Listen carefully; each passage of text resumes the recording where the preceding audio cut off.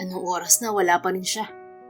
Hindi maipinta ang mukha ni Dutton habang nakatayo sa waiting area ng arrival hall ng Ninoy Aquino International Airport.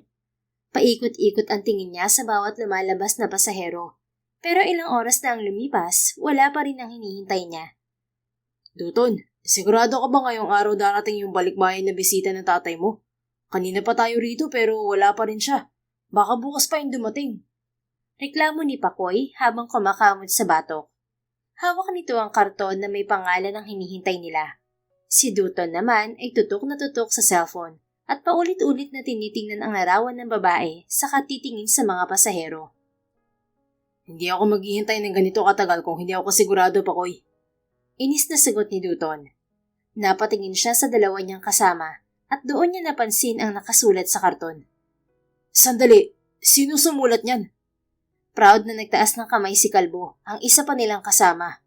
Ako ang gumawa ng lettering. Ang ganda, di ba? Isang mabilis na batok ang inabot nito sa kanya. At proud ka pa talagang gunggong ka. Kahit maghapon pa tayo rito, hindi tayo makikita ng hinihintay natin dahil dyan sa sinulat mo. Bakit? Maayos naman ah. Kalahating oras ko rin pinagpaguran yan para ma-impress si Ira Bianca sa ganda ng sulat ko. Pucha, Ira Bianca yun, hindi Ira Bianca. Ayusin mo yan. Ay, kaya naman pala walang lumalapit sa atin eh. Mali ang spelling mo. Napakamot si Kalbo sa ulong walang buhok. Ay, parang tama pa rin naman pakinggan to, boss ah. Bubuelo pa sana si Dutton para sermonan ulit ito nang may boses na sumingit sa likuran nila. Excuse me, I heard my name. Are you here to pick me up? Tumikim si Dutton at agad na palingon. Isang babae ang nakatayo sa harapan nila. Nakasuot ito ng malaking sunglasses kahit nasa loob ng airport. May malapad na itim na sombrero ito at balot ng itim na kasuotan mula long sleeves hanggang boots. Para itong pupunta sa lamay. Pero kahit ganoon, hindi maikakaila ang elegante at matapang nitong presensya. Ikaw ba si Ira Bianca? Tanong ni Dutton habang sinusuri ito mula ulo hanggang paa. Dahan-dahang inalis ng babae ang sunglasses saka nag-angat ng kilay. Yeah, I've been waiting for almost 2 hours and none of you even bothered to say you were the ones picking me up. Do you even have a brain? Naiirita ang sabi nito, umirap pa. Umigting ang panga ni Dutton. Tumingin siya sa paligid na para bang kinakalma ang sarili. Hindi lang ito ang naghintay, pati sila naghintay rin doon at kanina pa siya naiinip. Hoy miss! Matalim niyang sagot habang bahagyang humakbang dito palapit. Kasalanan ba namin kung ibang-ibang itsura mo sa picture at sa personal? Tingnan mo. Ipinakita niya ang larawan nito sa cellphone niya. Dito sa larawan mukha kang anghel na hindi makabasag tingnan. Pero sa personal, parang ikaw pang magpapasimunong gumawa ng kasamaan sa mundo. It's not my fault if you're an idiot. You can't even tell how similar I am to the picture. Anong sabi mo? Singhal ni Dutton na hindi maitago ang inis. Umirap muli si Ira na parang ayaw na makipagtalo. I said get my luggage. I want to rest as soon as we arrive at the hotel. Humakbang si Dutton palapit sa trolley ng bagahe, pero hindi pa rin inaalis ang tingin kay Ira. Sino may sabi na hotel ang diretsyo natin? Malamig niyang sagot. Papunta tayo sa Quezon Province. Doon ka titira, miss. Nadelay na kami sa pag-aantay sa'yo. Tapos gusto mo pang mag-check-in sa hotel? Anong tingin mo sa amin, utusan? At saka, wag mo akong tinatawag na idiot ha. Pumapatol ako sa babae lalo na kung malditang katulad mo. Humalukip-kip si Ira saka suminghal din. Ngayon lang sila nakita pero parang matagal na silang magkaaway. E di magpakilala ka para hindi kung ano-anong pangalan ang tinatawag ko sa'yo. You're so arrogant and mayabang, you know. Eh ano naman, ikaw rin naman ah. Whatever. Your name nga, di ba? Dutton Mendoza ang pangalan ko. At wag mong kakalimutan yan, Ira Bianca. Whatever. Ang dami mong sinasabi. Ang init dito tapos ang init pa ng ulo mo. Sa Milan malamig pa ang panahon. Dito parang impyerno na. E di sana hindi ka umuwi ng Pilipinas kung ayaw mo sa mainit na panahon. Ang arte-arte mo. Akala mo naman hindi ka nanirahan sa Pinas. Bagay naman ang ugali mo sa impyerno. Hey, sumusobra ka na ha. Kasalanan ko ba kung nag-migrate kami sa Italy at nasanay ako sa malamig na klima ron? Hindi ko choice yun, no? Hindi mo choice ang manirahan sa Italy. Pero may choice ka maging mabait, miss. Bakit nang init ng ulo mo, ha? Dahil nakakainit ka ng ulo. Tugon niya. Sandaling nagkatitigan ang dalawa at parehong ayaw magpatalo. Ang tagal naman nilang magtalo, kalbo. Mahinang bulong ni Pakoy sa kasama. Oo nga, ang tagal nating naghintay rito tapos maghihintay pa tayo kung kailan sila matatapos. Dito na lang siguro tayo matutulog sa airport nito. Bumuntong hininga si Ira pero hindi nag-iwas ng tingin kay Dutton. Pwede bang ituro mo na lang kung nasa ng kotse? Naiinis na kasi ako sa'yo. Mariing sabi ng babae. Huminga ng malalim si Dutton saka ngumiti ng pilit. Sa tingin mo natutuwa ako sa'yo? Kung naiinis ka, mas naiinis ako, Ira. Muling tumaas ang tensyon sa pagitan nilang dalawa. Just tell me while the hair is your car. Inis na ulit ng babae. Nasa labas ang sasakyan. Hindi naman pwedeng ipasok dito yun. Inuuna mo kasing reklamo kaysa pag-iisip. Hindi nagpapatalo niyang sabi. Tinalikuran ni Dutton si Ira bago nag-utos sa mga kasama. Umalis na tayo. Baka lalo lang akong mainis at maiwan ko pa yung babaeng yan dito. Bahala siyang umuwi mag-isa sa probinsya. Boss, baka pagalitan ka ng tatay mo. Bulong ni Pakoy. Kaya nga umalis na tayo bago pa ako makagawa ng ikakagalit ni tatay. Sagot ni Dutton. Bitbitin niyo ang bagahe niya. Pati siya, bitbitin niyo na rin kung kailangan. Hawakan niyo sa bibig para tumahimik. Ang lupit mo naman, boss. Kawawa naman si Ma'am Ira. Ang ganda pa naman niya. Maganda nga, masama naman ang ugali. Tara na nga. Nagpatiunang naglakad si Dutton patungo sa sasakyan. Kasunod naman niya ang tatlo habang dala ni Pakoy at Kalbo ang mga bagahe ni Ira. Pagdating sa sasakyan, naunang sumakay si Dutton sa backseat. Si Pakoy ang nagmamaneho habang kasama nito sa harapan si Kalbo. Bakit mas nauna ka pa sumakay, Dutton? Dapat ako muna dahil ako ang babae. Pagbuksan mo ka ng pinto. Inis na namang sabi ni Ira. Masungit itong binalingan ng tingin ni Dutton. Hindi ka prinsesa at huwag kang umasta bilang isa. Hindi ka espesyal. Umikot ka sa kabila at doon ka sumakay. Ikaw ang bubukas na sarili mong pinto. Hindi ka naman lumpo. Nagdadabog na sumunod si Ira saka ito umikot sa kabilang bahagi ng sasakyan. Pasimple namang umiti si Dutton dahil hindi uubra sa kanya ang pagiging maldita nito. Magkakasukatan sila ng pasensya. Makalipas ang halos 6 na oras na biyahe, nakarating na sila sa sitio Tampupok kung saan kalat-kalat ang mga bahay. Pero buhay ang komunidad kahit gabi na. Madami pa rin ang naglalarong bata sa daan at karamihan sa mga lalaki nagkiinuman sa gilid ng mga bahay. Tumigil sila sa tapat ng isang simpleng bahay. Semento ang dingding at yero naman ang bubungan.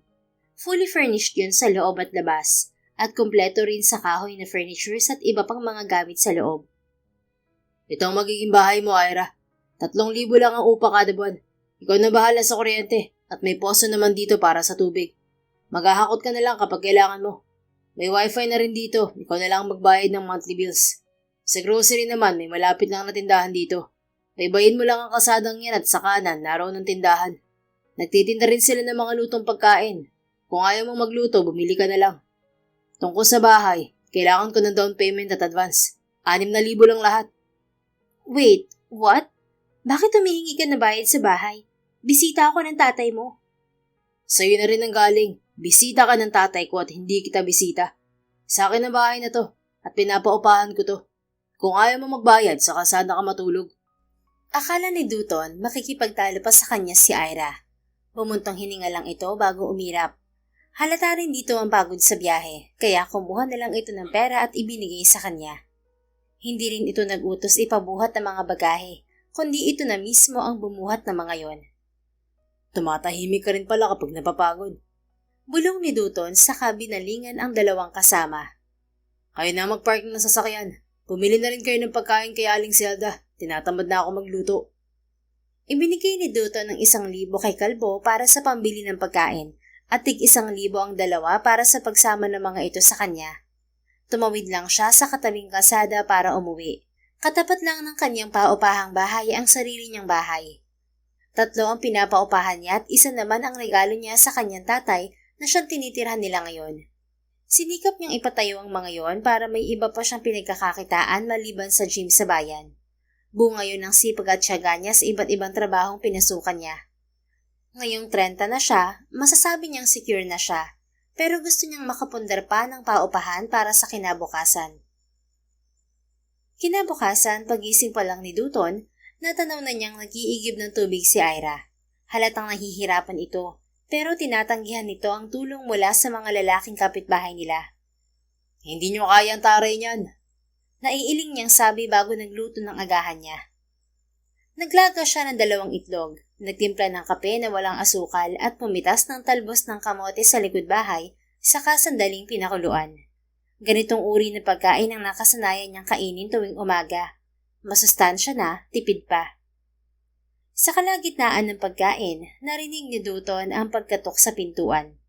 Pagbukas niya, sumalubong sa kanya ang bagong ligong si Ira. Nakasuot ito ng puting t-shirt, itim na leggings at rubber shoes. Walang duda na maganda talaga ang babae. Maliit ang mukha nito, matangos ang ilong at kisabol ang labi. Maliit, manipis at namumula. Hindi rin naglalayo ang taas nito sa kanya.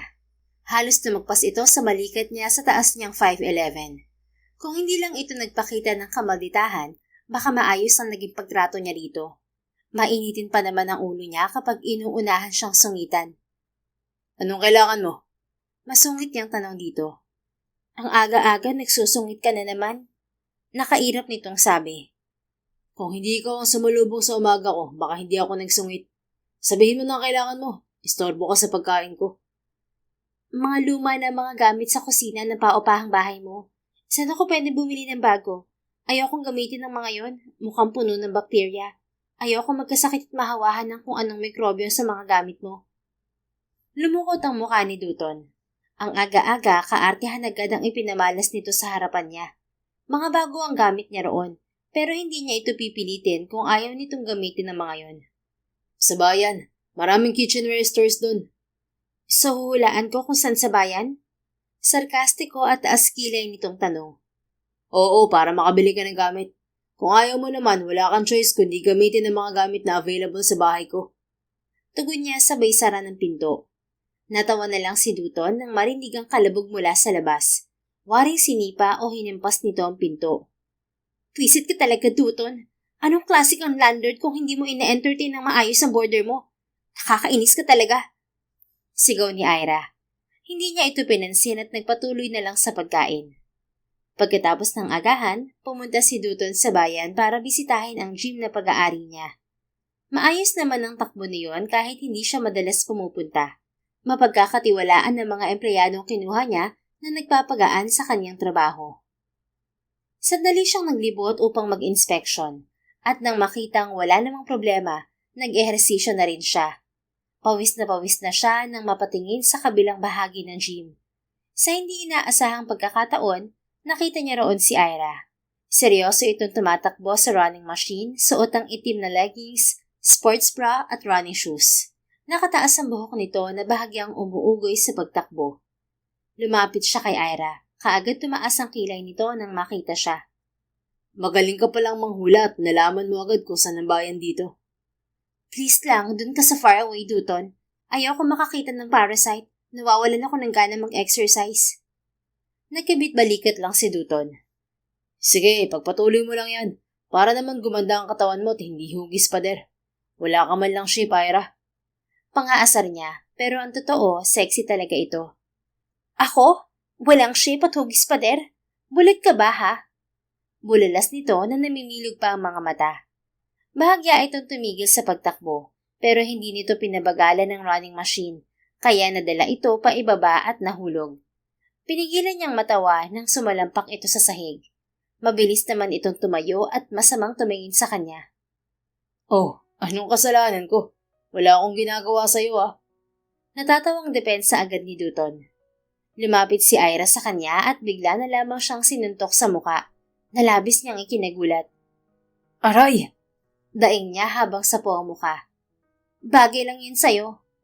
Magsasalita pa sana siya pero mas nagulat siya nang makita ang pagpatak ng luha nito na mabilis din itong pinahid ng kamay. Matatag at seryoso itong tumingin sa kanya na parang walang nangyaring pagluha. Where's your father? I wanna talk to him. Nagbabakasyon sa Cebu si Daddy. Sagot niya nang makarecover sa suntok nito. Sa akin kanya ibinilin dahil wala pa siya rito. Kung may sasabihin ka sa kanya, sabihin mo na lang sa akin at ako na magsasabi sa kanya. O kaya, tawagan mo na lang siya kung may number ka niya. Hindi ko na siya makontak simula nang dumating ako sa Pilipinas. Pigil ang inis nitong tugon. Nasa bakasyon nga kasi. Bakit mo iistorbohin? Sabihin mo na lang sa akin kung anong gusto mo sabihin kay tatay. I want you to tell him. Bahagya itong lumapit sa kanya at muling nagsalita. That his son is an idiot. Sigaw nito sa mukha niya. Sige, sasabihin ko na lang sa kanya na maldita ang bisita niya. Isasuggest ko na rin sa kanya na palayasin ka dahil nakakasira ka ng araw. Nakangisi niyang sabi bago ito talikuran. Sa gulat ni Dutton, bigla na lamang tumalon sa likuran niya si Ira. Halos masakal siya sa pagkapit nito sa leeg niya. Pero napasigaw siya nang kinagat nito ang kanyang tenga. Oh shit! Pakawalan mo tenga ko, Ira! Ano ba? Hindi bumitiw si Ira. Dahil sa desperasyong makawala, hinila ito ni Dutton pauna. Ngunit mabilis siyang naibagsak ni Ira pahiga sa sahig. Nakakagulat ang lakas nito, pero hindi na siya nakapag-react. Agad itong pumesto sa ibabaw niya at sunod-sunod siyang sinuntok. Itinaas ni Dutton ang kanyang mga braso upang salagi ng mga suntok. Nang makakita ng tiyempo, bigla niyang hinawakan si Ira sa bewang at binaligtad ang kanilang posisyon. Napahiga niya ito sa sahig at mabilis niyang pinigilan ang dalawang braso nito. Saka itinaas sa ibabaw ng ulo nito. I hate you, Dutton! Sigaw ni Ira. The feeling is mutual, Ira. I hate you too. Ganti niya. Nagpumiglas ang babae. Hinigpitan naman niya ang hawak dito. Nasasaktan ako! Sigaw na naman ni Ira. Huwag kang magpumiglas para hindi ka masaktan. Katwiran niya. Bitiwan mo ako para hindi ako magpumiglas at hindi ako masaktan. Huwag mo akong sungitan para bitiwan kita. Pwisit ka? Bakla ka ba? Bakit bigla sa'yo ang pagsusungit ko? Kung naiinggit ka, magsungit ka rin. Bakla! Nagtagis ang mga ngipin ni Dutton sa sinabi ni Ira. Anong sabi mo? Seryoso niyang tanong. Ang sabi ko, bakla ka. Sa inis ni Dutton, binitiwan niya ang braso ni Ira saka hinawakan ng mukha nito at mabilis itong hinalikan sa labi. Idiniin niya ang paghalik. Pero kinagat nito ang labi niya. Humisi siya ng dumistansya sa dalaga. Anong lasa ng halik ng isang bakla, ha? Mukhang nag-enjoy ka naman. Masarap ba? Namula ang mukha ni Ira sa galit saka mabilis na tumayo. Sandali itong tumingin sa paligid at nakitang nakatingin sa kanila ang ilan sa mga customer ng gym. Muli itong tumingin sa kanya at inaasahan niyang gaganti ang babae ng maanghang na salita. Pero nagtaka siya nang umisi ito. Ang lamya mong humalik, Dutton. Walang kagana-gana. Pinutunayan mo lang na isa ka talagang bakla. Nainsulto ang binata, pero hindi na siya nakabawi nang mabilis na umalis si Ira. Siya lang talagang babaeng uminsulto sa akin ng ganito. May araw din sa akin ng babaeng yun. Inis niyang reklamo. Lumipas sa mga araw, hindi nawawala ang maanghang na sagutan sa pagitan ni Dutton at Ira sa tuwing magkakasalubong sila.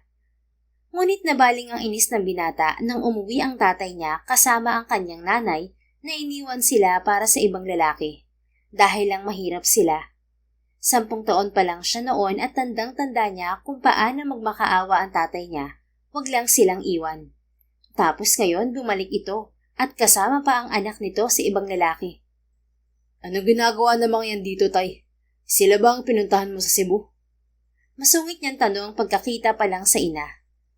Oo, Dutton. Nag-usap na kami ng nanay mo at humingi na siya ng tawad sa akin. Pinatawad ko na siya at nagkasundo kami na magsama ulit.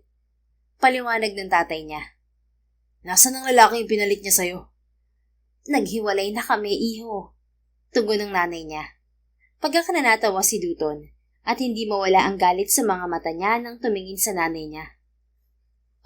Naghiwalay na pala kayo. Kaya ba nagsusumiksik ka sa amin ni tatay dahil wala ka nang mapuntahan? Dutton, huwag ka magsalita na ganyan sa nanay mo. Kahit anong mangyari, nanay mo pa rin siya. Saway ng tatay niya. Tama, tay. Nanay ko pa rin siya at hindi na yun mababago pa. Pero naisip ba niyang anak niya ako at asawa ka niya nang sumama siya sa ibang lalaki? Naisip ba niyang may pamilya siya bago siya nagpabuntis sa iba? Hindi niya naisip yun. Pero naisip niya tayong balikan na maghiwalay sila ng lalaki niya. Kung tanggap niya ang panloloko niya, pues ako hindi. Halos 17 taon kong kinimkim ang hinanakit sa kanya. At hindi yun mabubura agad ng pagbabalik niya. Matigas niyang pagtutol.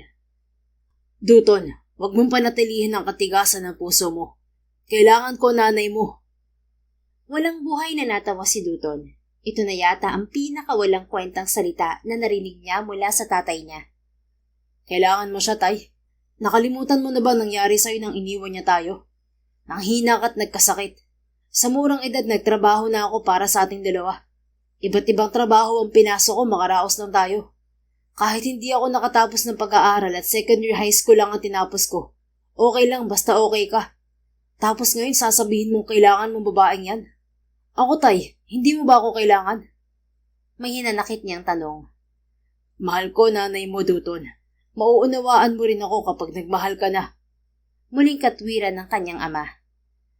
Hindi ko nahahangarin magmahal kung mararanasan ko rin ang naranasan mo sa kanya, Tay. Siya ang dahilan kaya tumatak sa isip ko na manloloko mga babae. Iniisip ko na hindi sila mapagkakatiwalaan at anumang oras lolo ko hindi nila ako iiwan. Siya ang nagparana sa akin ng unang sakit na hanggang ngayon daladala ko pa rin. Kung kailangan mo siya, sige, hindi ko kayo pipigilan. Total, nakapangalan sa iyong bahay na to. Mas may karapatan ka kung sinong titira mo rito. Pero hindi ako titira sa iisang bubong kasama siya. Nagmamadaling bumalik sa kanyang silid si Duton. Sinundan naman siya ng kanyang ama. Kinuha niya ang bag sa aparador at iniligay ang mga damit niya roon. Duton, anong ginagawa mo? Aalis na ako sa bahay na to, Tay. Alang-alang sa'yo at sa kalusugan mo. Ako na lang ang aalis, kaysa kayong palayasin ko. Malamig niyang tugon bago sinukbit ang bag at umalis ng bahay. Sandali pa siyang napatigil nang makita si Ira pagbukas ng pinto. Mukhang narinig nito ang pag-uusap nila ng kanyang ama dahil nakita niya ang simpatya sa mga mata nito. Ang pangit mo, umalis ka nga dyan. Sabi niya sa babae bago ito lampasan. Hindi ito literal na pangit. Ang cute nitong tingnan sa simpleng white t-shirt, maikling short at pambahay na tsinelas. Pero hindi niya gusto ang emosyon sa mga mata nito. Ayaw niyang kaawaan siya nito dahil hindi siya nakakaawa. Kinaya niya ang lahat at ngayon may maayos na siyang buhay. Hindi nakakaawa ang pagsusumikap niya para makaahon sa hirap. Samantala, nainis si Ira nang sabihan siyang pangit ni Duton. Naaawa pa naman siya sa mga pinagdaanan nito. Kaya lang, nawala ang awa niya nang magsungit na naman to. Ira, iha, mabuti narito ka. Halika, pasok ka. Paanyaya ni Kalisto nang makita siya sa labas. Pangalan yon ng tatay ni Duton. Ngumiti si Ira bago pumasok ng bahay. Nakita niya roon ang isang ginang na hula niya ay nanay ni Duton at isang teenager na lalaki na tingin niya ay nasa 17 taon. Nakatutok lamang ito sa cellphone at parang walang pakialam sa paligid. Magandang araw po. Bati niya sa mga to.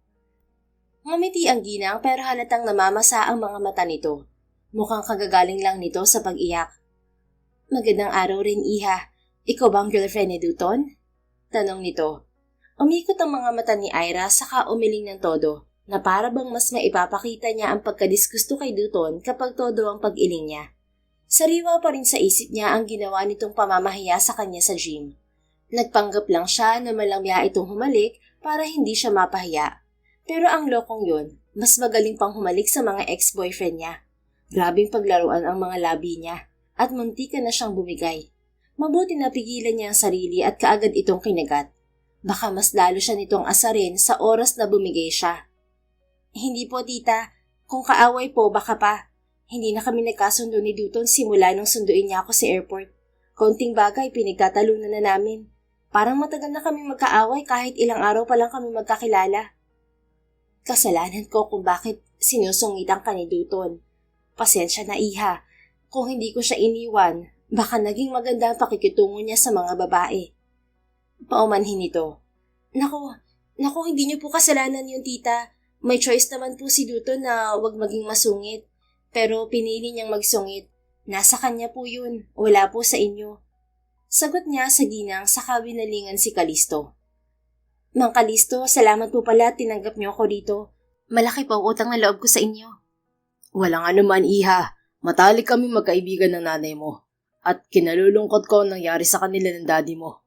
Napakalakas mong bata at nakayanan mo magkasabay nilang pagkawala. Humahanga ako sa katatagan mo. Bahagyang umiti si Ira pero sa loob niya sobra pa rin siyang nasasaktan. Hindi niya inaasahan na kikitilin ng kanyang mga magulang ang sariling buhay dahil sa pagkalugi ng kanilang clothing shop at cafe sa Milan. Nagkaroon ng bisyo ang mga ito hanggang tuluyang nabaon sa utang. Ibinenta niya ang natitirang ari-arian sa Milan at ibinayad sa utang bago siya bumalik ng Pilipinas. Sinubukan niyang lumapit sa mga kamag-anak ng mommy niya para pansamantalang makituloy, pero walang tumanggap sa kanya. Mabuti na lang at nakontak niya si Mang Calisto at tinanggap siya nito kahit matagal na itong walang komunikasyon sa mommy niya. Salamat po talaga. Calisto, siya ba ang anak ni Margarita? Oo, Delia. Ang laki na niya, no? Sayang nga lang at hindi ko na nakita ang mami niya simula nang umalis sila ng bansa. Dati silang nasa Maynila, pero nag-migrate sila sa Italy matapos silang dalhin doon ng tatay ni Ira. Akala ko nga hindi seryoso si Mr. Bianchi sa kaibigan ko. Pagkatapos kasi niyang makilala si Margarita sa kasino, binuntis niya at umalis ng bansa. Mabuti na lang bumalik siya at nakasama siya ni Ira. Kwento ni Mang Calisto. Ngumiti si Aling Delia kay Ira. Sanggol ka pa lang nang huli kitang nakita, iha. Pero ngayon dalagan-dalaga ka na. Naaalala ko pa nung mga sanggol pa kayo ni Duton. Palagi kayong nagsisipaan kapag nagtatabi. O wag na wag kayo magdidikit dahil hindi kayo tumitigil hanggat hindi kayo parehong umiiyak. Alam mo ba, magkababata kayong dalawa at magkasunod na araw lang ang birthday nyo. Nagagalak na kwento ng ginang. Ganun po ba? Since birth na pala kami magkaaway ni Duton? Biro niya. Ay, sinabi mo pa. Nagtataka nga kami kung bakit ganoon kayo sa isa't isa ni Duton. Karaniwan kasi sa mga bata, palaging nakikipaglaro sa kapwa bata. Pero kayong dalawa, away agad. Nung first birthday ninyo, magkasabay namin ginanap. Selebrasyon na rin yun ng paglipat niyo sa Maynila. Sa halip na maging masaya, nako, pareho kayong umiiyak. E paano ba naman, pinagsama namin kayo sa iisang crib. Ayun, naghampasan kayo ng laruan. Natatawa na lang si Ira habang iniisip ang bangayan nila ni Duton noong maliliit pa sila. Hindi niya ma-imagine kung gaano sila kagulong dalawa. Kahit sa paglaki, nadala nila ang awayan na yon. Hindi niya alam kung normal ba yon o sadyang mainit lang ang dugo nila sa isa't isa. Kasi naman, Delia, nagsiselos ka kay Margarita noon. Pareho ko kasi kayong inaasikaso dahil wala ang asawa ni Margarita. Siguro naramdaman ng mga bata sa tiyan niyo noon na magkaribal silang dalawa. Kaya hanggang ngayon, ganoon pa rin ang tingin nila sa isa't isa. Paliwanag ni Calisto na natatawa. Naalala ni Ira ang sinasabi ng mami niya noon na mabuting kaibigan si Mang Calisto. Ito ang umalalay sa mami niya habang nagbubuntis hanggang makapanganak. Yun nga lang, nagselos ang asawa ni Mang Calisto kaya't minabuti na lamang nilang lumayo sa mga to. 13 years old naman siya nang bumalik ang daddy niya at dinala sila sa Italy. Buong akala ko kasi ikaw ang ama ni Ira, Calisto. Kung hindi siya mukhang banyaga, iisipin ko talaga na anak mo siya. Sobra-sobra kasi ang pag-aalaga mo kay Margarita noong buntis siya hanggang mailabas tong si Ira. Hindi ko tuloy maiwasang magselos. Nagtatampong sabi ni Aling Delia. Kaagad naman itong nilapitan ni Mang Calisto sa kaniyakap. Matagal na yon. Magkaibigan lang talaga kami ni Margarita. Tumikhim si Ira para kunin ang atensyon ng dalawa. Nang tumingin ang mga ito, ngumiti lang siya. Magpapaalam na po ako para masolo niyo na rin po ang isa't isa. Sige, iha. Saad ni Aling Delia. Lumabas si Ira at bumalik sa inuupahan niyang bahay. Doon, inasikaso niya ang mga detalye ng negosyong balak niyang itayo. Magbubukas siya ng isang maliit na butik kung saan siya mismo ang magdidisenyo at tatahi ng mga gown. Hindi lamang sa probinsya ang target market niya, dahil plano rin niyang i-post at ibenta ang kanyang mga gawa online. Nakatapos siya ng kursong fashion design, kaya't hindi na mahirap para sa kanya ang paggawa ng mga damit. Nag-order na rin siya online ng mga gamitang kakailanganin niya, tulad ng tela, makina at mga accessory. Isang linggo lamang ang hihintayin bago i-deliver ang mga yon. Isang linggo ang mabilis na lumipas, dumating na rin ang mga gamit ni Ira. Kaagad siyang nagsimula sa pagtatahi ng unang design na ginuhit niya. Hindi niya namamalayan ng oras hanggang may kumatok sa pinto niya. Pagbukas niya, nakita niya roon ang kalbong kaibigan ni Duton na sumundo rin sa kanya noon sa airport. Magandang araw, ma'am. Nakangiti nitong bati. Nilibot ni Ira ang tingin kung may kasama ito, pero wala. Kung hinahanap niyo po si Boss Duton, sa gym siya pansamantalang nakatira. Umangat ang isang kilay ni Ira bago umirap. Ilang araw na rin tahimik ang mundo niya dahil wala ang lalaki sa paligid. Kaya bakit niya hahanapin? Ngunit may isang parte ng isip niya na hinahanap ang ingay na dala nito. Hindi ko siya hinahanap. Mabilis niyang pagtanggi. Bakit ka pala narito? Anong kailangan mo? Kumamot ito sa kalbong ulo saka ngumiti. Pinapakuha po ni boss ang renta sa bahay. Due date na raw po kayo kahapon pa. Natapik ni Ira ang sariling noo. Naging abala siya sa pagtatahi at hindi niya naalala ang renta. Sige, wait lang. Kukuha lang ako ng pera. Pumasok sa loob si Ira saka kumuha ng 3,000 at ibinigay sa lalaki. Pagkakuha nito ng pera, nagpaalam na rin ito. Pinagpatuloy naman niya ang pagtatahi. Hapon na nang makaramdam ng gutom si Ira. Sandali siyang tumigil sa ginagawa para kumain. Habang nasa kusina, natanaw niya si Mang Kalisto sa harapan ng bahay nito at may kausap na isang lalaki na tansya niya ay kasing edad ni Dutton. Ilang saglit lang pumasok ang mga to sa bahay. Tinapos ni Ira ang pagkain at habang naghuhugas siya ng plato, napansin ulit niya si Mang Kalisto at ang lalaki. Pero ngayon, kasama na nito si Aling Delia at ang binatilyong anak. May dalang bag ang mga ito. Pinalaya siguro sila ni Dutton. Ang sama talaga ng ugali ng lalaking yun. Sarili na niyang pamilya palalayasin pa. Napailing na lang siya bago muling ipinagpatuloy ang pananahi. Ilang araw ang nakalipas, muling nakita ni Ira ang lalaki kausap ni Mang Kalisto. Pumasok ito sa bahay at isa-isa nitong inilalabas sa mga gamit sa loob. Nagtaka siya at hindi niya maiwasang magtanong kaya lumabas siya ng bahay niya. Excuse me, bakit mo nilalabas sa mga gamit sa bahay ni Mang Kalisto? Tanong niya sa lalaki. Umisi ito sa kanya at baliwalang inihagis ang hawak na kahon. Kumalat yun sa kalsada at nakita niya ang mga panglalaking damit na hinala niya ipag-aari ni Dutton. Bakit hindi ko ilalabas sa mga gamit na hindi naman sa akin? Ang sabi ng matandang yun, kasama sa binibenta niya mga gamit sa loob. Ilabas ko na lang daw ang mga gamit na ayoko at yun ang ginagawa ko ngayon. Binibenta? Hindi for sale ang bahay na to. Wala ka ng pakialam dito, miss. Akin na tong bahay at lupa. Nabili ko na to kay Mang Kalisto at pirmado na ang deed of sale. Tapos na ang usapan.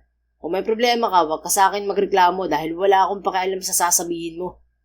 Mayabang nitong sabi. Nabigla si Ira. Ito pala ang dahilan ng pag-uusap ng dalawa. Akala niya pinalayas ni Dutton ng pamilya nito. Yun pala, pinagbili ni Mang Kalisto ang bahay at umalis ito kasama si Aling Delia. At iniwan ng mga ito si Dutton. Hindi niya alam kung anong mararamdaman niya para sa lalaki. Iniwan ito ng ama para sumama sa ina nitong nag-iwan sa mga ito noon. Nagtatanong lang ako, pero tulad ng sinabi mo, wala akong pakialam sa naging usapan ninyo ni Mang Kalisto. Okay, fine. Gawin mo ang gusto mo. I don't care. Nilikom na lang ni Ira ang mga nagkalat na damit ni Dutton saka yun ibinalik sa kahon. Kahit naiinis siya sa lalaki, nakakaawa pa rin to ngayon. Matapos niyang likumin ang mga damit, binuhat na niya ang kahon para dalhin sa bahay niya. Pero humarang ang lalaki sa unahan niya. Hindi niya gusto ang gising na kapaskil sa mukha nito. Umiwas siya pero humarang na naman to. Excuse me, dadaan ako. Pwedeng umalis ka sa harapan ko? Mataray niyang sabi. Miss, bago ka lang rito. Pwede bang makipagkilala? Gusto kong maging malapit sa mga kapitbahay ko para magkaroon tayo ng solid na bonding. Kumindat pa ito pero tinaasan lang niya ng kilay. Sa ibang kapitbahay ka makipagbonding, wag sa akin. Wala akong panahon para dyan at hindi ako interesado. Muling umiwas si Ira pero hinablot nito ang braso niya kaya't muli niyang nabitiwan ng kahon. Miss, ayoko sa lahat ng babaeng masungit. Kinakausap ka ng maayos, sumagot ka rin ng maayos. Nanggigigil nitong sabi. Pumiglas si Ira pero nasaktan siya nang higpitan nito ang pagkakahawak sa kanya. Sa inis niya, sinuntok niya ito straight sa muka. Dumugo ang ilong ng lalaki, kaya nabitiwan siya nito. Hindi talaga nasayang ang kickboxing exercise niya noon sa Italy. Nagagamit niya yun sa mga lalaking mayayabang tulad ng kaharap niya. Isama na rin si Dutton na una niyang nasampulan. Putya kang babae ka. Ang lakas ng loob mong suntukin ako ah. May kalalagyan ka sa akin. Napaatras si Ira nang galit na lumapit ang lalaki. Ngunit bigla na lang itong napahinto kasabay ng pagbangga ng likuran niya sa matigas na bagay at mabilis na paghawak sa kanyang baywang. Mabilis niyang hinawakan ng braso na pangahas na humawak sa kanya. Lumingon siya rito para ibalibag ito sa lupa, pero napahinto siya. Dutton? Gulat niyang sabi nang makita ang lalaki. Nakatitig ito sa unahan, kunot ang noo at tiimang bagang. Ngayon lang niya nakita si Dutton na ganito kaseryoso. Kaaway ang tingin niya rito, pero sa pagkakataong to, nakaramdam siya ng seguridad habang nasa tabi niya ito. Tila ba nakahanap siya ng kakampi sa katauhan nito.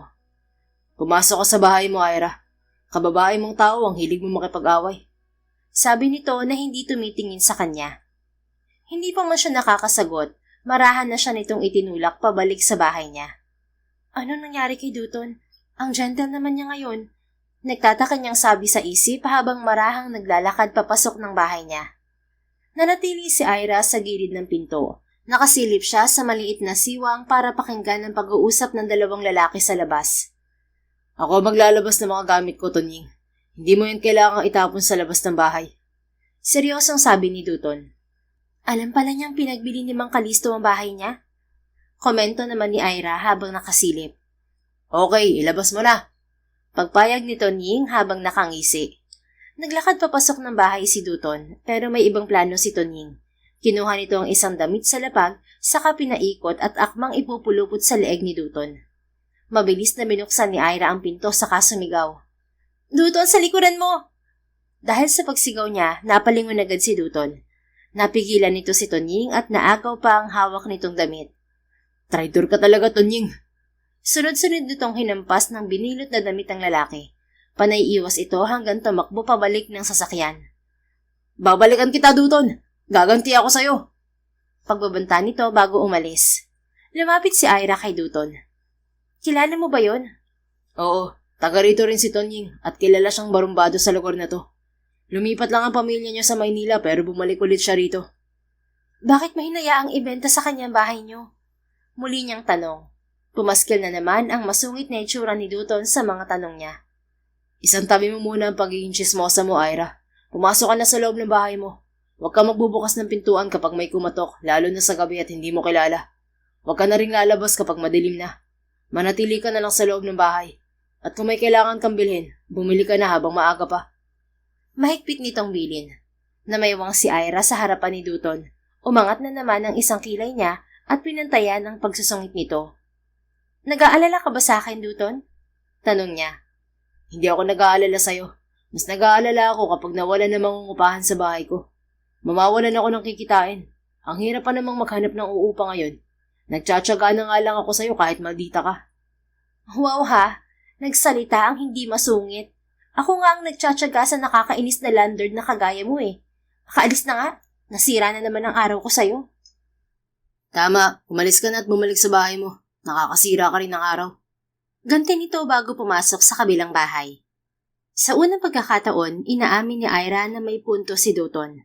Kahit nagkasagutan na naman sila, sang-ayon din siya sa sinabi nito, lalo pat parang hindi talaga mapagkakatiwalaan ang itsura at kilos ni Tonying. Tulad ng sinabi ni Dutton, hindi lumalabas si Ira kapag gabi na, lalo pat nakalipat na sa kabilang bahay si Tonying. Madalas itong magsama ng mga barkada roon at perwisyo na rin ang gabi-gabing pag-iinuman at videoke ng mga ito. Lumalagpas ito sa curfew na 10:00 at inaabot pa ng madaling araw. Nagsumbong na rin siya sa kapitan, pero walang ginagawang hakbang ang mga ito para sawayin si Tonying. Kinaumagahan, masakit ang ulo ni Ira dahil sa puyat. Hindi siya nakatulog ng maayos dahil sa ingay. Marami pa naman siyang kailangang gawin ngayong araw. Nagsisimula na kasi siyang magkaroon ng mga customer matapos niyang i-post online ang una niyang natapos na gown. Humihikab siyang lumapit sa isa niyang kapitbahay. Mang Tikyo, wala po ba tayong mapagsusumbungan sa ingay ng kapitbahay natin tuwing gabi? Nakakapuyat po kasi. Ay iha, wala kasi rito ang nagpapanatili ng katahimikan sa lugar natin. Pansamantalang sa bayan siya nagtitigil dahil ibinenta ng tatay niya ang bahay nila. Yung 3 naman niyang bahay, may mga umuupa naman. Kaya wala siyang matutulian dito. Gusto rin namin magreklamo sa kanya pero hindi namin siya makausap. Kumunot ang noon ni Ira at si Dutton agad ang pumasok sa isip niya. Tumutugma rito ang mga sinabi ni Mang Tikyo. Si Dutton po ba ang tinutukoy mo, Mang Tikyo? Oo, iha. Kung narito sana si Dutton, hindi magkakaporma ang Tonying na yan. Nagsisiga-sigaan siya rito dahil wala ang totoong siga sa lugar na to. Siga na mabait naman. Ibig sabihin po ba may magagawa si Dutton para matahimik tayo tuwing gabi? Oo naman. Ang problema, hindi naman makausap si Dutton ngayon. Ilang beses na kami pumupunta sa gym niya sa bayan pero hindi niya kami hinaharap. Bumuntong hininga si Ira. Alang-alang sa maayos niyang pagpapahinga, lalapit siya kay Dutton. Sige po, ako na lang ang pupunta sa kanya. Mabuti pa nga, iha. Hapon nang pumunta si Ira sa gym na pag-aari ni Dutton. Pagdating doon, tinanong niya ang receptionist kung nasaan si Dutton. Nag-aalinlangan pa itong sabihin kung nasaan to, pero pinilit niya. Dinala siya nito sa storage room sa likod ng gym. Pagdating doon, saka siya nito iniwan, at ganoon na lamang ang kaba niya pagbukas ng pinto. Tuwid na nakahiga si Dutton sa sahig. Walang pang itaas at tanging maong na pantalon ng suot. Nakapikit ito at hindi gumagalaw. Dutton? Mabilis niya itong nilapitan. Paluhod siyang umupo sa tabi nito sa kamarahang tinapik ang pisngi nito. Nang hindi magising si Dutton, yumuko siya sa tapat ng dibdib nito para siguraduhin kung humihinga pa ito. Ngunit naiilang siyang idikit ang pisngi sa hubad nitong katawan, kaya dinama na lang niya ng daliri ang tapat ng ilong nito. Anong ginagawa mo rito? Napaiktad si Ira sa gulat nang bigla itong magsalita. Maliit na nakamulat ang mga mata nito at tuwid na tuwid pa rin sa pagkakahiga. Tinitingnan ko lang kung buhay ka pa, Dutton. Mukha ka kasing patay sa pagkakahiga mo. Sarkastiko niyang tugon. Hindi ito sumagot at tumagilid lang ng higa patalikod sa kanya. Hoy, Dutton, umayos ka nga. Kailangan mong sawayin si Tonying. Gabi-gabi na silang nakakaabala sa pagtulog namin. Nakakapuyat na sila. Pagsabihan mo naman. Ikaw lang daw ang makakagawa nun, sabi ni Mang Tikyu eh. Umalis ka na, Ira. Malambing nitong taboy sa kanya. Ano bang nangyayari sa'yo? Kung tungkol to sa mga magulang mo, hayaan mo na lang sila. Masaya naman sila, di ba? Huwag ka magsalita na parang alam mo ang nararamdaman ko. Umalis ka na. Hindi kita kailangan dito. Dutton, bingi ka ba? Sigaw nito at biglang bumangon. Matalim itong tumingin sa kanya. Ang sabi ko, umalis ka na. Bakit ba ang kulit mo? Hindi ka nakakatulong, Ira. Humugot ng malalim na paghinga si Ira. Pinipigilan niya ang sarili na wag bumigay sa lungkot na pilit niyang itinatago. Walang ideya si Dutton sa totoong pinagdadaanan niya, kaya akala nito'y hindi niya naiintindihan ang naranasan nito ngayon. Bakit? Kailangan mo ba ng tulong? Seryoso niyang tanong sa binata. Sandaling natigilan si Dutton. Lumambot ang ekspresyon nito saka nag-iwas ng tingin. Ano bang alam mo sa nararamdaman ko? Kahit kailan hindi mo ako mauunawaan, Ira. Pagsusungit lang naman ang alam mo. Mahinang natawa si Ira. Paulit-ulit siyang bumuntong hininga, pero hindi na rin niya napigilan ang pagtulo ng kanyang mga luha. Pinilit niyang maging matatag at matapang. Hindi siya umiyak sa harapan ng mga tao. Ipinakita niyang kaya niya. Pero ngayon, bumigay siya. Ngayon niya gustong pakawalan ang bigat sa dibdib niya para maunawaan ni Dutton na mas mahirap ang pinagdadaanan niya kaysa sa pinagdadaanan nito. Nagmumukmuk ka dito dahil iniwan ka ng nanay mo nung bata ka pa lang. Tapos nang bumalik siya, tatay mo naman ang nang-iwan sa'yo at sumama sa nanay mo. Hindi ka na isang pasdit para dibdibin ang ginawa nila, Dutton. Oo, masakit. Pero mas masakit kung pareho silang wala na sa mundo. Yung wala ka ng pagkakataon para makita at makasama sila. Sandaling tumigil si Ira sa pagsasalita nang pumiyok ang boses niya. Humugot siya ng malalim na hininga bago muling nagsalita habang nakatitig sa kanya ang lalaki. Sa totoo lang, Dutton, walang-wala ang pinagdadaanan mo kumpara sa akin. Hindi mo naranasang umuwi galing trabaho at madatnan ng mga magulang mong bumubula ang bibig dahil sa overdose sa sleeping pills. Hindi mo naranasang mawala ng hininga sa kakatakbo papuntang emergency room habang nakasakay sila sa stretcher. Hindi mo naranasang singilin sa utang habang nakaburol ang mga magulang mo. Hindi mo naranasang talikuran ng sariling mga kamag-anak dahil wala na silang mapapala sa'yo. Hindi mo mararanasan ang sakit na to dahil buhay pa ang mga magulang mo. Kumawala ang masaganang luha sa mga mata ni Ira. Nag-breakdown pa talaga siya sa harapan ni Dutton. Wala naman itong maitutulong sa kanya kundi sungitan siya at laitin. Pero sana, maunawaan nito na may taong mas higit pa ang pinagdadaan ng sakit kaysa sa nararamdaman nito. Wala siyang narinig na salita mula sa lalaki. Hanggang unti-unti siyang kumalma. Tumingin siya kay Dutton, pero sinungitan lang siya nito. O ano? Tapos ka na? Nakakarindi ka umiyak. Para kang humuhuning baka. Punasan mo yung mukha mo. Mas lalo akong pumapangit sa itsura mo, Ira. Inilahad nito ang isang panyo sa harapan niya.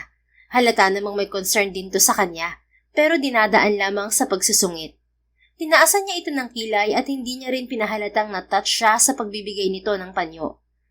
Bagong laba ba to? Baka ipinunas mo to kung saan-saan. Ayoko makapitan ng bakterya at magkasakit. Kunwari reklamo niya bago tinanggap ang panyo. Bagong laba yan, pero ginamit kong pamuna sa inodoro.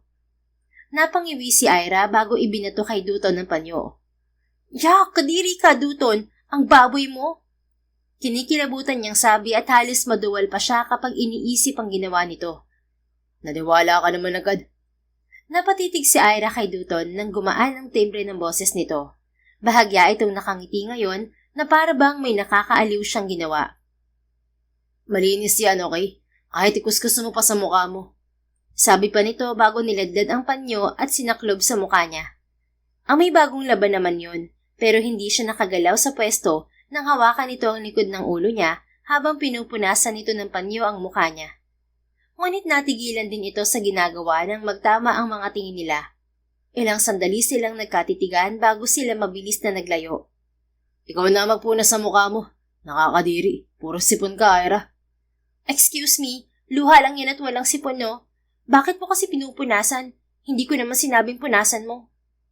Bahagyang tumalikod si Ira kay Dutton nang maramdaman niyang nag-init ang kanyang pisngi. Ayaw niyang makita nito ang pamumula ng kanyang muka at baka isipin nitong affected siya rito. Kahit ang totoo, affected talaga siya sa sandali nilang pagtititigan.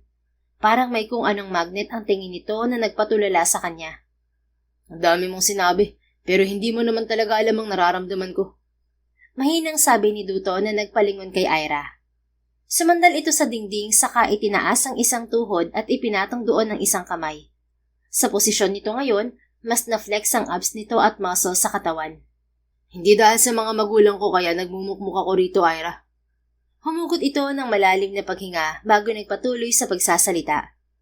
Nagpaalam sa akin si tatay na ibebenta niya ang bahay para manirahan sa Maynila kasama si nanay. Hindi raw sanay ang kapatid ko rito. Dahil masama pa ang loob ko sa kanila, hinayaan ko siyang gawin ang gusto niya. Sa kanya naman ang bahay na yun, at labas na ako kung anong gawin niya ron. May 3 naman akong bahay, pero wala akong matirhan ngayon. Ayokong mangupahan dahil sayang ang perang ibabayad ko. Nagtiis na lang ako rito sa storage room ng gym. Sanay naman ako sa ganito kaliit na kwarto. Kung ganun, nagmumukmuk ka dahil wala kang maayos na matitirhan? Hula niyang tanong. Nagangat ng tingin si Dutton sa kanya. Natigilan naman si Ira dahil kakaiba yon sa dating masungit nitong tingin. Hindi dahil doon kaya nagkakaganito ako. So, dahil pala saan? Muli niyang tanong. Umiling lang si Dutton saka tumingin sa orasang nasa bisig. Umuwi ka na, Ira. Aabutan ka ng dilim sa daan. Sinabi ko naman sa'yo huwag ka nang lumabas kapag gabi na. Ang tigas din talaga ng ulo mo. Maaga pa nang umalis ako kanina. Nagdadrama ka pa kasi kaya ginabi ako. Kung kanina mo pa pinakinggan ng reklamo ko, edi sana nakauwi na ako. Tumayo si Dutton saka kumuha ng isang puting t-shirt sa bag nito. Kasalanan ko pa pala kaya ginabi ka. Tara, ihahatid na kita pa uwi. Dapat, ano ka mo? Gulat niyang tanong nang bigla niyang ma-realize ang sinabi nito. Seryoso ka? Ihahatid mo ako pa uwi, Dutton? Masungit na naman itong tumingin sa kanya. Kung ayaw mo, mag-commute ka. Papunta rin ako sa Tampupok para tingnan ang reklamo mo. Tinalikuran siya ni Dutton at lumabas ng storage room. Hoy, teka lang, sasabay na ako. Mabilis naman siyang sumunod dito hanggang makarating sila sa sasakyan. Tahimik na nagmaneho si Dutton. Ilang saglit lang ay nasa Tampupok na sila. Itinigil nito ang sasakyan sa tabi ng bahay niya bago sila sabay na bumaba. Salamat sa libreng sakay, Dutton. Sabi niya pero hindi nakatingin. Gusto na niyang pumasok sa loob ng bahay dahil nahihiya siya rito. Hindi siya sanay sa seryosong usapan o kahit anong klase ng usapan maliban sa singhalan nilang dalawa. Mas gusto niyang nagbabangayan sila para hindi nakakailang. Nakakapanibago kasi kapag seryoso sila. Ira, tawag ni Dutton sa kanya. Lumingon siya sa pag-aakalang may nakalimutan siya. Pero nanigas ang buong katawan niya nang salubungin siya nito ng mahigpit na yakap. Gusto niyang isipin na panaginip lang to dahil imposibleng yakapin siya ni Dutton. Pero gising na gising siya at ramdam niya ang mga bisig nito sa katawan niya. Huwag mo akong tatawanan, Ira. Ngayon lang ako nag-comfort na babae. Hindi ko alam kung tama ba tong ginagawa ko o hindi. Masungit pa nitong sabi, pero lumambot din ang boses ng muling nagsalita. May kung anong tumulak sa akin na gawin to para gumaan ang pakiramdam mo. Pasensya na, hindi ko alam na ganyan kabigat ang pinagdadaanan mo. Marami ka palang tinatagong sakit sa likod ng kasungitan mo. Uminit ang gilid ng mga mata ni Ira, saka bahagyang umiti. Ngayon na lamang ulit niya naramdaman ang init ng yakap mula sa ibang tao. Hindi niya inaasahan na manggagaling pa yon sa taong palagi niyang kaaway. Hindi bagay sa iyo maging mabait at mahinahon. Pero salamat, Dutton. Malaking bagay ang yakap mo. Kailangan ko to higit sa kahit ano. Gusto ko lang maramdaman na may masasandalan ako kahit sandali. Hindi ko to inaasahan mula sa iyo pero salamat talaga. Inihilig niya ang ulo sa dibdib ni Dutton. Hindi niya naisip na mangyayari ito sa kanilang dalawa. Yung tahimik na magkayakap at parang komportable sa isa't isa. Walang away at sagutan.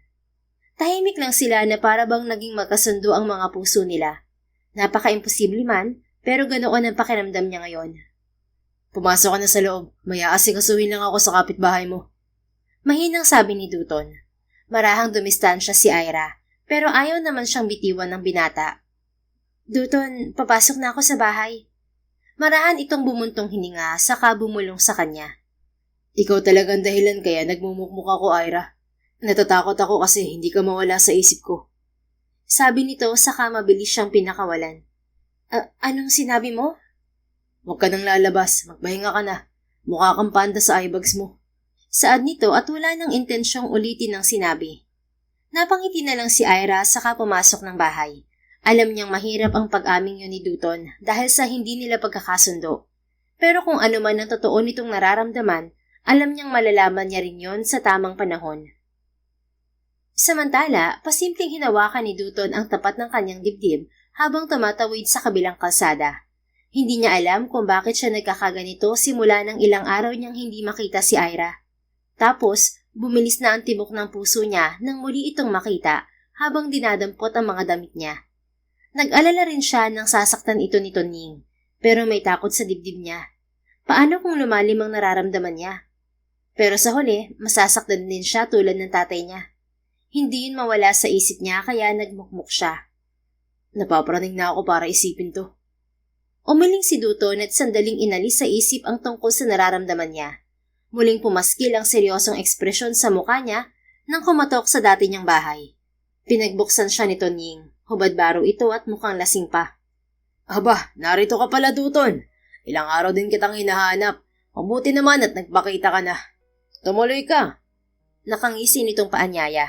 Niluwagan nito ang bukas ng pintuan. Nakita ni Dutton sa loob ang mga barkada nito na pawang nakangisi sa kanya habang nagiinuman. Walang takot niyang pinaunlakan ang paanyaya ni Tonning. Pagdating sa loob, kaagad tumayo ang 6 na barkada ni Tonning. Hindi ako narito para maghanap ng gulo. Makikiusap lang ako na kung maaari sana, sundin niyo ang curfew. Nagrereklamo ng mga kapitbahay sa ingay niyo. Marami sa kanila mga may trabaho sa umaga at kailangan ng sapat na pahinga sa gabi. Mahinahon niyang pakiusap. Ito ba yung mayabang na lalaking sinasabi mo, Tonning? Tanong ng isang lalaki na halatang binaliwala ang sinabi ni Dutton. Oo, siya yun. Ilang araw ko na siyang hindi nakikita. Tamang hinala ko na lalabas siya kapag gumawa tayo ng ingay sa lugar na to. Tugon ni Tonning. Itinulak ng lalaki si Dutton sa balikat. Binaliwala naman yun ng binata at seryoso lang na nakatingin dito. Malakas pala talaga ang loob mo ah. Biruin mo, pumasok ka rito na mag-isa ka lang. Malaki ang naging sakripisyo ko para maging tahimik ang lugar na to. Hindi ko hahayaan na muling gumulo rito dahil sa inyo. Likas palang mayabang ang isang to eh. Sabi ng lalaki. Hindi nakaligtas sa paningin ni Dutton ang hudyat nito sa mga kasama gamit ang tingin. Dalawa agad ang naramdaman niyang kumilos sa magkabilang gilid. Napangisi siya saka pinagsalikop ang dalawang palad at marahang pinalagutok yon. Kayo naghahanap ng sakit ng katawan, hindi ako. Pagkasabi na yon, sinalubong niya ng suntok ang nasa kaliwa at malakas na pagsiko naman sa kanan. Sinundan pa niya yon ng kaliwat kanang sipa. Bumagsak ang dalawa na siyang dahilan para sumugod ang iba. Umiling si Dutton sa diretsyong suntok ng isa, sabay palo niya ng siko sa panga nito. Nahilo itong napaatras at bumagsak sa sahig. Binalingan naman niya ang pangalawa na may hawak na bote. Umiwas siya sa hampas at hinila ang pangatlo para pangharang, at ito ang tinamaan. Sinabayan pa niya yon ng sipa sa sikmura ng pangalawang lalaki. Bagsak na agad ang tatlo sa mga ito. Punyeta, matigas ka talaga ha. Galit na sabi ni Tonying. Sumugod ito sa kanya hawak ang basag na bote. Naramdaman ni Dutton ang pagyabos sa kanya mula sa likuran upang sandali siyang hindi makakilos. Ipinitik niya ang katawan kasunod ng pag-untog ng kanyang ulo palikod. Nasapol sa muka ang lalaking nasa likuran niya bago ito bumitiw sa kanya. Pero nahagip siya sa pisngi ng boteng hawak ni Tonying. Sinapon ni Dutton ng pisngi at nakita ang bahid ng dugo sa palad niya. Hindi uubra sa akin ang pagiging siga mo rito, Dutton. Ako mag-ahari dito kapag nawala ka. Sad pa nito bago muling sumugod. Ngunit hindi ito pinaporma ni Dutton. Mabilis siyang umabante pauna. Bahagyang yumuko at sinalubong ng malakas na suntok ang sikmura nito saka sinabayan ng isa pa na tumama sa panga nito. Dalawang magkasunod na atake ang ginawa niya na nagpabagsak sa lalaki. Inapakan pa niya sa dibdib si Tonying. Hinawakan niya ito sa buhok at bahagyang inangat. Binalaan na kita, Tonying, pero hindi ka nakinig. Sa susunod na may nagreklamo pa sa ingay niyo rito, hindi lang yan ang aabutin mo. Malakas niya itong sinampal sa kabinitiwan. Umayos ng tayo si Dutton. Napansin niya ang isa pang lalaki na parang napako sa kinatatayuan at hindi gumagalaw. Halata ang takot nito habang nakatingin sa kanya. Ayusin mo yung mga kasama mo. Kapag hindi pa rin kayo sumunod sa curfew, malilintikan ulit kayo sa akin. Maliwanag? Sunod-sunod itong tumango. Kumilos lang ito nang pumihit siya patungo sa pinto. Paglabas ni Dutton, nagulat siya na makitang naroon ang mga kapitbahay niya na pawang may kung ano-anong hawak na gamit sa bahay. May walis tambo, dustpan, kaldero, kawali, at sandok na ginawang armas bilang panlaban. Sa likuran ng mga ito ay nakatayo si Ira habang hawak ang isang tsinelas. Dutton, ayos ka lang ba?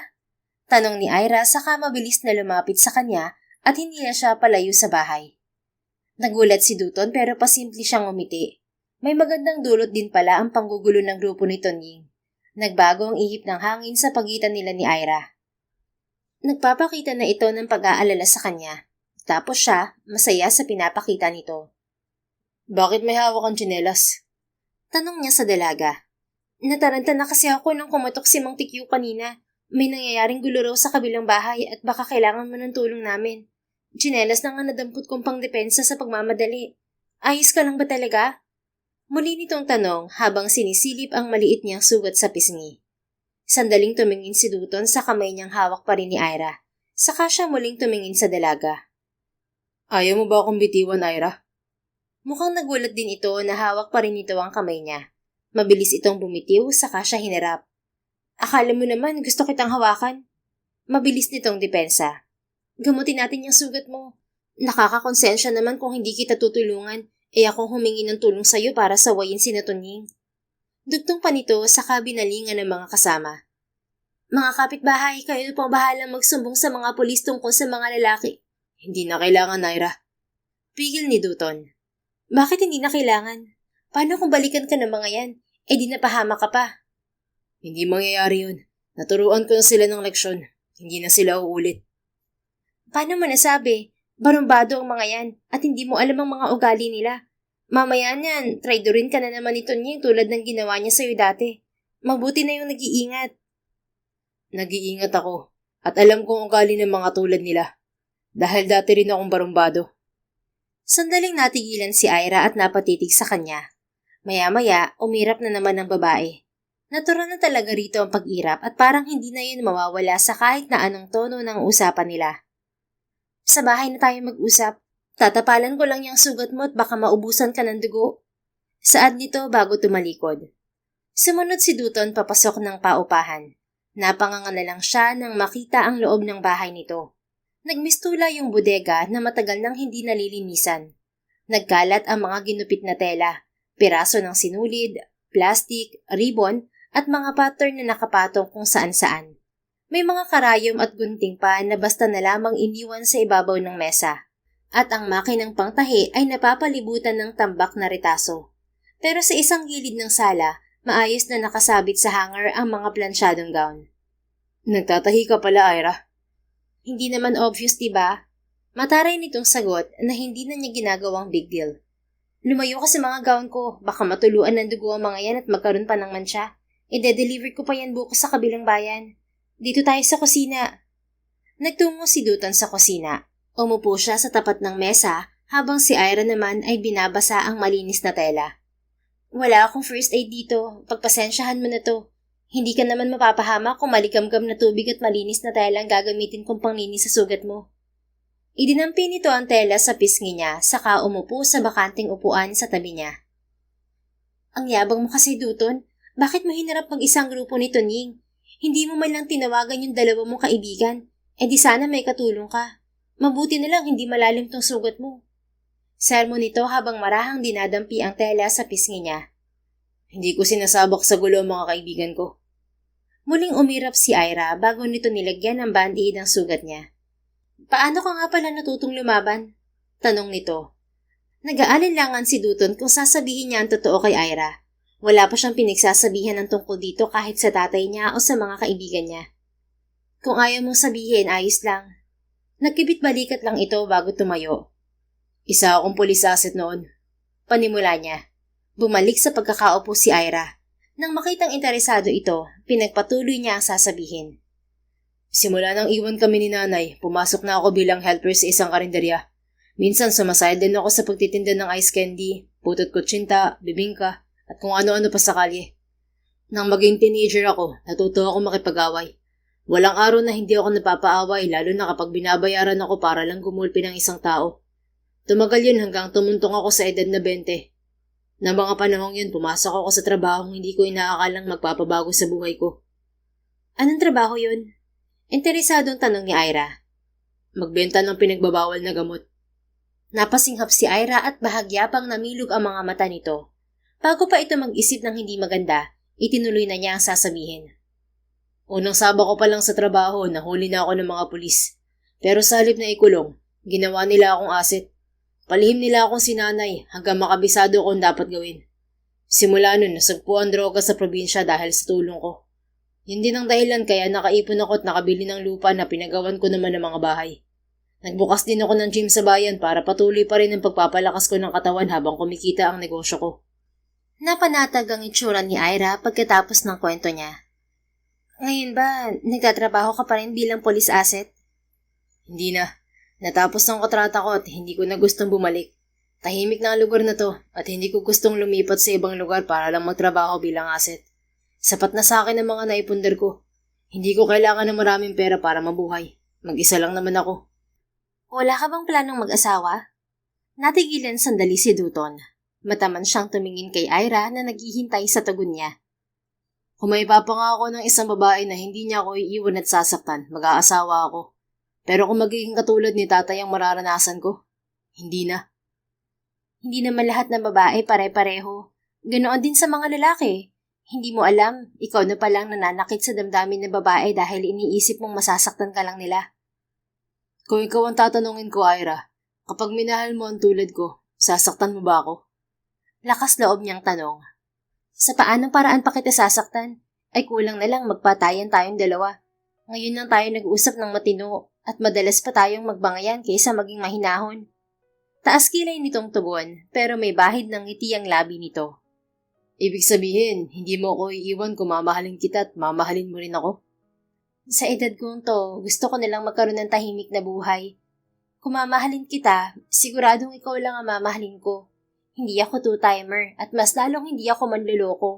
Makakaasa kang hindi kita sasaktan. Kung mamahalin kita. Pahabol pa nitong paliwanag. Napangiti si Dutton na napansin naman ni Ira. Teka nga, bakit naging ganito ang usapan natin? Mamaya niyan magalit pa sa akin ng girlfriend mo. Hindi pa ako nagkaka-girlfriend, Ira. Pag-amin niya. Hindi pa? Bakit ang galing mong humalik? Mabilis nitong tinakpan ng bibig saka peking umiti. Marami pa pala akong gagawin. Mukhang okay ka na. Pwede ka nang umalis. Tahimik na tumayo si Dutton habang naiwang nakaupo ang dalaga. Ira, saad niya sa pangalan nito nang hindi umaalis sa pagkakatayo niya. Bakit? Tumingala ito sa kanya. Mabilis siyang yumuko at hinalikan to sa labi. Natigilan si Ira habang namimilog ang mga mata. Sinapo naman niya ang mukha nito sa kabahagyang idiniin ng paghalik niya. Hindi niya kailangan ng experience sa paghalik para maging magaling. Natural yon at kay Ira lamang niya pinamalas ang galing niya. Unti-unti niyang naramdaman ang paggalaw ng labi ni Ira hanggang mas naging mapusok ito kaysa sa kanya. Kinawit nito ang dalawang braso sa batok niya at marahang hinaplos ang buhok niya. Hindi niya inaasahan ang pagtugon nito kaya't natigilan siya. "Kiss me back, Dutton." Bulong nito sa pagitan ng paghalik. Tumayo na rin si Ira at idinikit ang katawan sa katawan niya. Sa pagkakataong yon, nakaramdam si Dutton ng kakaibang init sa kanyang katawan. Niyakap niya ito at mas pinalalim ang halik niya. Inangat niya ang katawan ng dalaga. Ikinawit naman ito ang dalawang binti sa baywang niya. Habang tumatagal ang yakap at halik nila, tila lumalalim din ang ugnayan nilang dalawa. Pareho na silang sinakop ng nagliliyab nilang damdamin hanggang sa makalimot na sila sa paligid. Namalaya na lang nila na nasa ibabaw na sila ng kama at parehong walang mga saplot. "Sabihin mo lang kung ayaw mo. Titigil ako, Ira." Halos pabulong na sabi ni Dutton habang patuloy pa rin sa paghalik sa dalaga. Mahirap man para sa kanya pero irerespeto niya ang magiging desisyon nito. "Don't stop, Dutton. Please continue. I want you as much as you want me. I'm all yours and I trust you." Tila nahihibang nitong tugon. Hindi na nagpigil si Dutton nang marinig ang permiso ni Ira. Buong puso niyang inangkin ang dalaga kasabay ng pagsugal na hindi siya nito sasaktan kailanman. Magtitiwala rin siya rito tulad ng pagtitiwalang ibinigay nito para tuluyan niyang maangkin ang katawan nito. Hindi lang ito tungkol sa isang gabing mainit, kundi ito ay habang buhay na commitment. Ginalaw niya ang dalaga, kaya't paninindigan niya ang ginawa niya. Kinabukasan, tanghali na nagising si Ira at wala sa tabi niya si Dutton. Malungkot niyang hinaplos ang bakanting espasyo sa gilid niya. Umaasa pa naman siya na magkakaroon ng pagbabago sa pagitan nila pagkatapos ng nangyari kagabi. Umalis siya nang hindi man lang nagpapag-usapan ng nangyari sa amin. Tatalikuran na lang ba niya ang lahat? Dismayado niyang sabi. Dahan-dahan siyang kumilos paalis sa kama. Hindi niya maiwasang mapangiwi nang maramdaman ang mahapdi sa pagitan ng kanyang mga hita habang nagbibihis. "Hindi ka na nakapag-isip ng maayos kagabi, Ira. Bumigay ka na agad." Sermon niya sa sarili. Pagkatapos magbihis, umupo siya sa gilid ng kama at sandaling natulala. Ilang beses na siyang nagkaroon ng nobyo at hindi lang isa ang humiling sa kanyang makuha ang virginity niya. Tumatanggi siya sa mga ito, pero bumigay siya sa hindi niya nobyo. Ano bang pumasok sa isip ko at bumigay agad ako kay Dutton? Nagulo niya ang buhok, pero nang maalala ang nangyari kagabi, biglang nag-init ang mukha niya. Parang nararamdaman pa rin niya ang mainit na yakap at halik ni Dutton. Sa isiping yon, bigla siyang nakaramdam ng pag-iinit sa katawan. Gosh, kailangan ko mag-shower. Marahan siyang naglakad palabas ng silid. Pagbukas pa lang ng pinto, nalanghap na niya ang mabangong amoy sa kusina. Napangiti siya at umaasang naroon si Dutton, lalo pat malinis na rin ang buong bahay. Pero nadismaya siya. Tanging lutong pagkain lamang ang nasa mesa, pero wala ang lalaki. Sumilip siya sa bintana at wala rin ang sasakyan nito roon. Umalis na talaga siya. Malungkot niyang bulong. Kinain na lang niya ang nakahain sa mesa bago naligo. Nagbabad siya sa bathtub dahil gusto niyang humupa ang init sa katawan niya na paulit-ulit na bumabalik kapag naaalala niya ang nangyari kagabi. Wala siyang ideya kung gaano siya katagal doon, pero paglabas niya, naroon si Dutton at nag-aayos ng grocery sa kusina. Nakapagpalit na ito ng damit at simpleng white t-shirt, cargo shorts at white sneakers ang suot nito ngayon. Dutton? Mahina niyang sabi, sapat lang para marinig nito. Lumingon ito sa kanya at bahagyang umiti. Ira, nariyan ka na pala. Pasensya na't hindi ako nakapagpaalam bago umalis kanina. Ang sarap kasi ng tulog mo at ayaw kitang gisingin. Kumusta ang pakiramdam mo? Nag-init ang mga mata ni Ira at bumilis ang tibok ng kanyang puso. Hindi niya pinigilan ng sarili na yakapin ito kahit nakatapis lang siya ng tuwalya. Wala na siyang dapat itago sa lalaki dahil nakuha na nito ang lahat sa kanya, maging ang puso niya. Dutton, bumalik ka. Masayang sabi niya. Binitiwan nito ang hawak na pechay at repolyo saka gumanti ng yakap sa kanya. Babalik talaga ako dahil narito ka. Malambing nitong sabi. Hindi na siya nanibago sa tono ng boses ni Dutton dahil mas malambing pa ito kagabi. Sobrang saya lang talaga na makasundo ang dating kaaway. Totoo yata ang kasabihan na the more you hate, the more you love. Dahil ngayon, nararamdaman na niya yon. May bibigay pala ako sa iyo, Ira. Marahan siyang dumistansya para makita kung anong ibibigay ni Dutton sa kanya. Ano yon? Dinukot nito ang isang maliit na kahon sa bulsa ng cargo shorts. Bumili ako ng singsing sa bayan kanina. Gusto mong isuot? Napangiti si Ira kasabay ng pagtulo ng mga luha niya nang makita ang simpleng silver na singsing. Hindi man direkta, pero ramdam niyang nagpo-propose si Dutton sa kanya. Papakasalan mo ba ako, Dutton? Oo, kung papayag ka. Mabilis nitong sagot. Nakikita ni Ira ang umaasang ekspresyon sa mga mata ni Dutton habang hinihintay ang sagot niya. Handa mo ba akong mahalin at pagkatiwalaan? Muli niyang tanong sa binata. Bago ang nangyari sa atin kagabi, alam kong mahal na kita, Ira. Yun ang dahilan ng pagmumukmuk ko. Dahil hindi mawala ang takot sa dibdib ko kung lalalim ang pagmamahal ko. Natatakot ako masaktan. Pero pagkatapos ng nangyari kagabi, handa na akong sumugal. Kung ano man na maging desisyon mo sa hinaharap, tatanggapin ko. Pero saka ko na lang iisipin yun kapag nangyari na. Sa ngayon, gusto kong maranasan ang pakiramdam ng magmahal. Ipagkakatiwala ko sa iyo ang puso ko't buong pagkatao. Tatanggapin mo ba ang alok ko? Pakakasalan mo ba ako, Ira? Dutton, hindi ko inaasahan na hahantong tayo sa ganito. Palagi tayo nag-aaway. Kahit maliit na bagay, hindi natin pinagkakasunduan. Ngayon nag-uusap tayo ng puso sa puso. Mahirap paniwalaan na mararamdaman ko rin to para sa'yo. Ang totoo, mahal din kita. Tinatago ko lang ang lahat sa likod ng pagsusungit ko. Ayokong gamitin mo yun laban sa akin. Yun ang dahilan kaya ibinigay ko sa'yo ang sarili ko. Umaasa rin ako na kahit papano, hahantong tayo sa ganito. Kanina nadismaya ako nang hindi kita nakita. Pero ngayon, masaya na ako at handa akong tanggapin ang kasal na inaalok mo. Oo, Dutton, magpapakasal ako sa iyo dahil mahal kita. Mortal kong kaaway. Nakangiti at lumuluha niyang tinanggap ang singsing mula sa binata. Pagkatapos nitong isuot ang singsing, isang halik ang muli nilang pinagsaluhan. Sa kabila ng mga pinagdaanang sakit ni Ira, hindi niya inaasahan na makakaramdam ng kaligayahan sa piling ni Dutton.